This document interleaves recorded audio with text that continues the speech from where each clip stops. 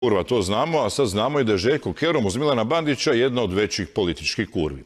Kerum je počeo pregovore koaliciji s čovjekom za kojeg je u kampanji govorio da je zlotvor, kokošar, šarlatan, spletkaroš, jebi vjetar, pederčina i tetkica, Sandrom Krstolovićem Oparom. Ništa manja politička kurva naravno nije ni Opara, koji bez problema može preći preko takvih uvreda i s Kerumom leći u krevet. Pritome jedna kurva poručuje kako treba zaboraviti na sve što se događalo u kampanji, dok druga kurva poručuje ja nisam zaboravio. Nakon toga Kerum i Opara su ugasili svjetlo i počeli pregovore o koaliciji u Splitskom gradskom vijeću. To je bila kampanja. Kampanja je prošla, znači sve što je bilo i ružno i lijepo treba zaboraviti. Grad Split i građani Splita ne mogu biti taoc niti Keruma, niti Opare, niti bilo koga. Znači mi moramo surađivati. Ja nisam zaboravio.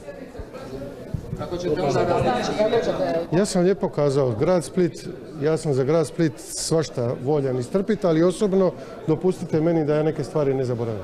Hoće li Kerum dobiti neke resore poput urbanizma i komunale? To ćemo tek dogovarati. Nema nikakvih resora, gradom upravlja gradonačelnik i njegovi zamjenici.